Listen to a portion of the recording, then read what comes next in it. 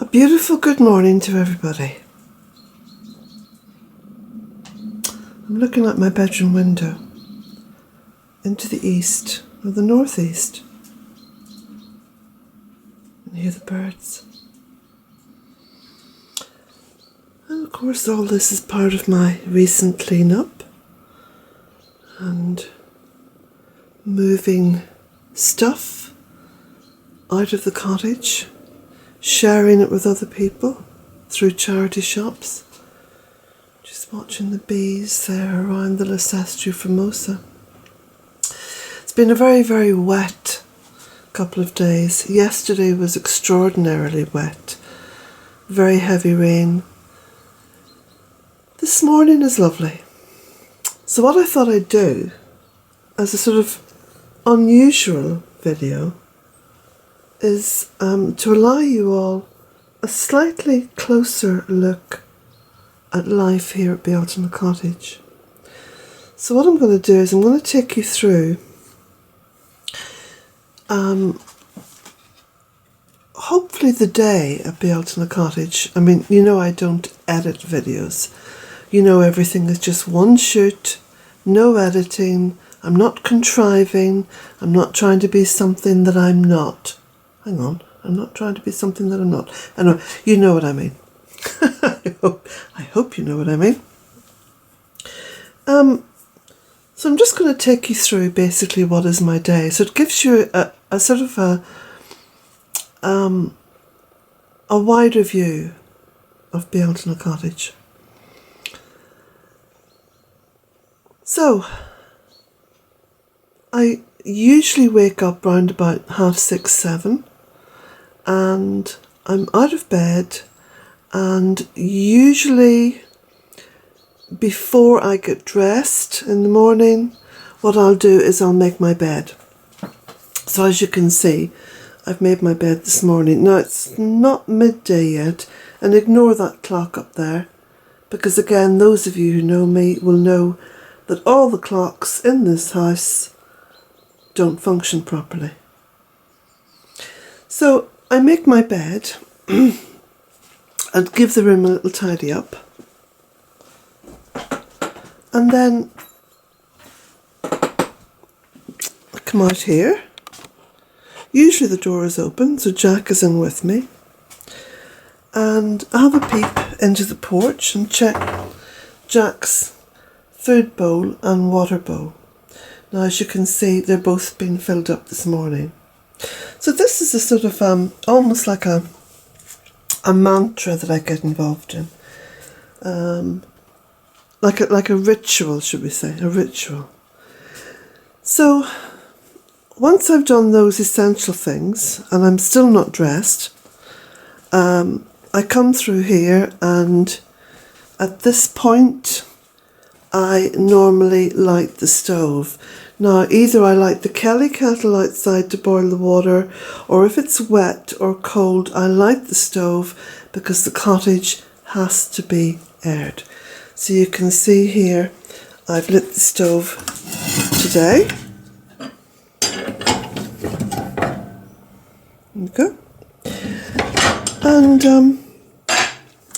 of course, this is quite ritualistic as well, because it entails emptying the ashes, cleaning the stove out a little bit, going out to the barn, gathering up all the paper and cardboard, dried willow that I use as kindling now at the moment, and the other fuels, so logs and bits of turf if I have any. So the kettle then is set on to boil. And then while that is happening, I'll come through here. I'll open up this door now to the studio, because again, the circulation of air in an Irish cottage is immensely important, because it can be so damp outside and you don't want the damp coming in. I mean, sometimes it can't be avoided. There are corners of this cottage where I can see the damp. Then I will come into my little shower room. Now this is a shower room and toilet. I don't have a bathroom because I had the bath taken out in the early days. Now you can hear the rain there outside, so it's going back to rain now. And then this is my little compost toilet, and you can see, I haven't got the light, I don't want to put the light on, you can see well enough here. It's just a little bucket system, very, very simple.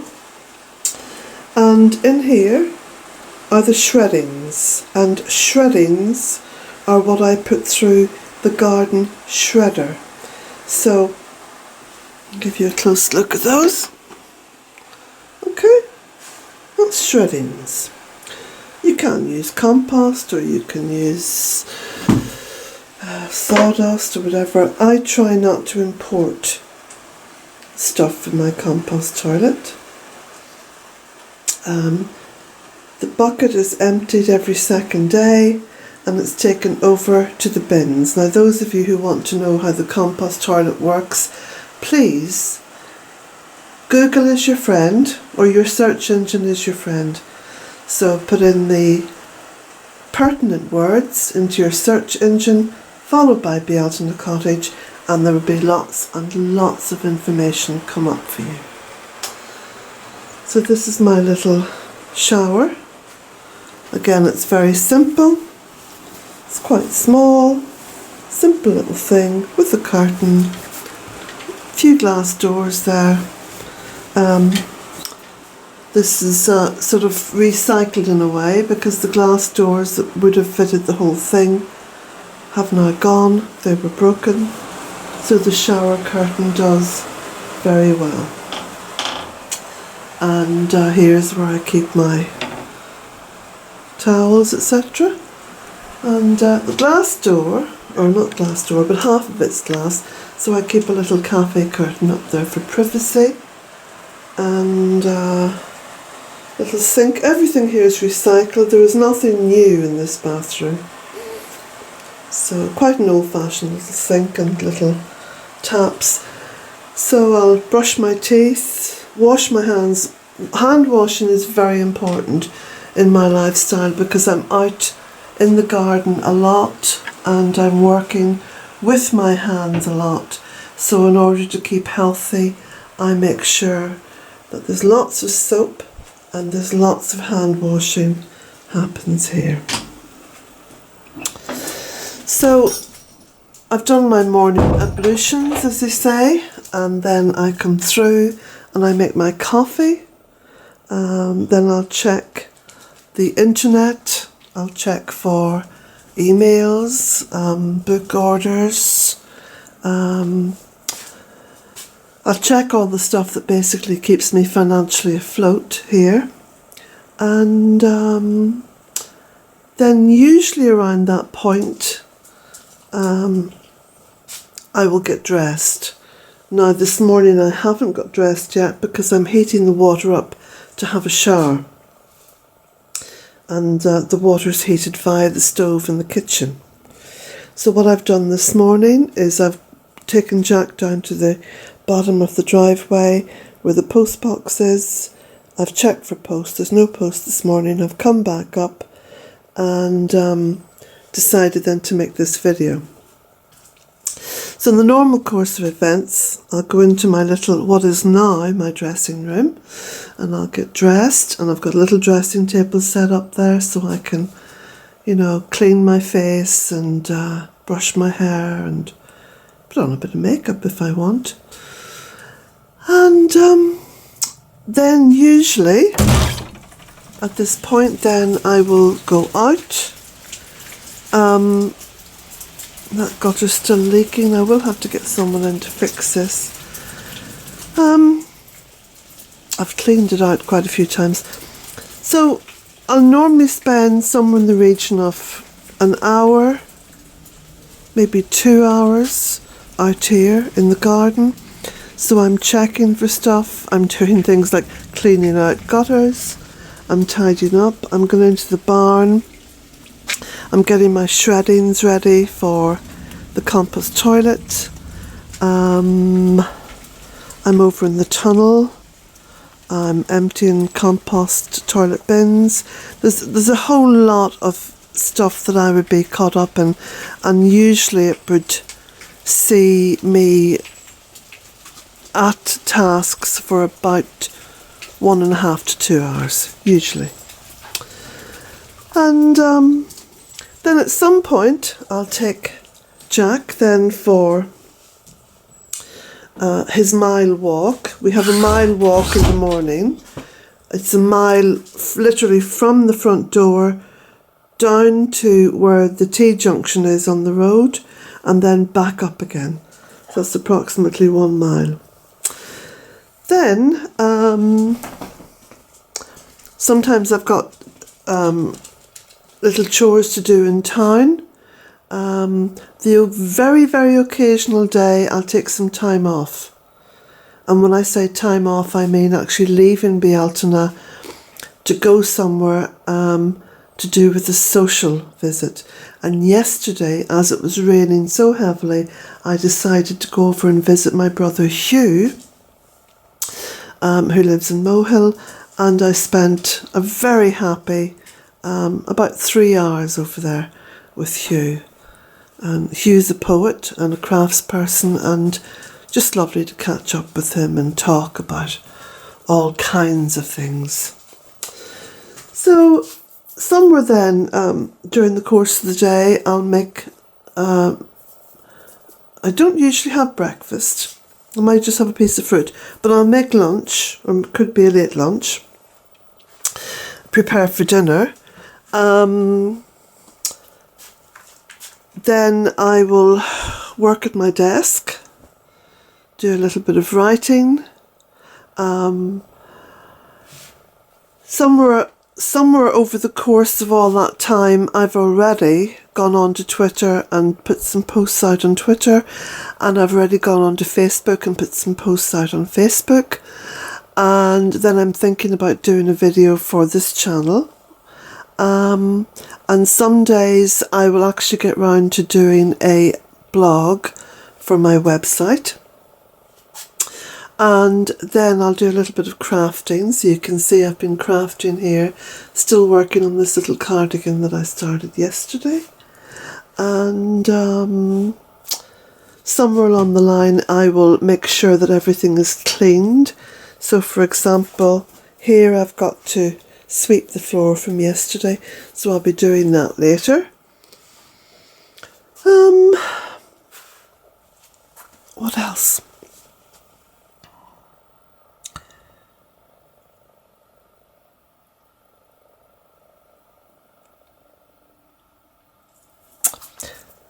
Preparing the fuel out in the barn. That's something that I would spend some time at. So logs might need splitting or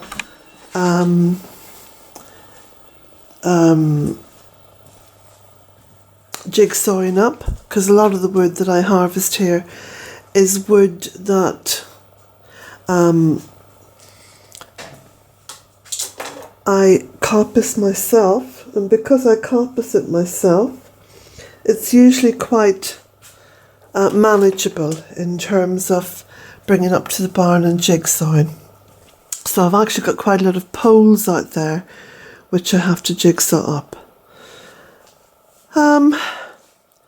Somewhere over the course of the day, again, usually after lunch, I like to take some time out then to read. So I've got masses and masses of books all over the place. Every room there's books. You can see there's books hither and thither. Somewhere along the line then I also like to prepare for my evening meal. So it might just be, salad and some veggie burgers or something like that. But that usually entails a little bit of foraging. I like to have something from the garden every day. Again, that's one of my little mantras. And so I'll go out and harvest some herbs or maybe some little salad bits and pieces or some fruit, something to put in with whatever I'm eating on that day. And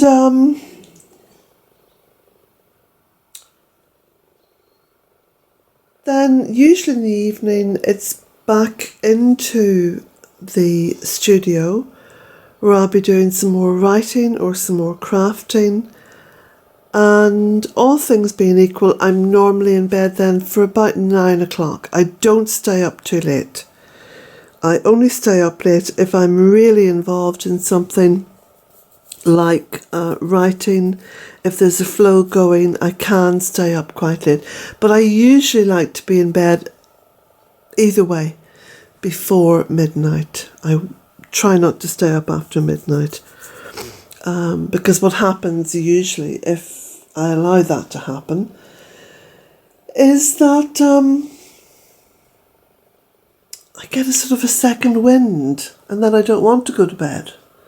And then my sleep patterns are knocked out for a while, and the biorhythms in my body then can take a little bit of a hammering, and it can take a few days to get back on track. So,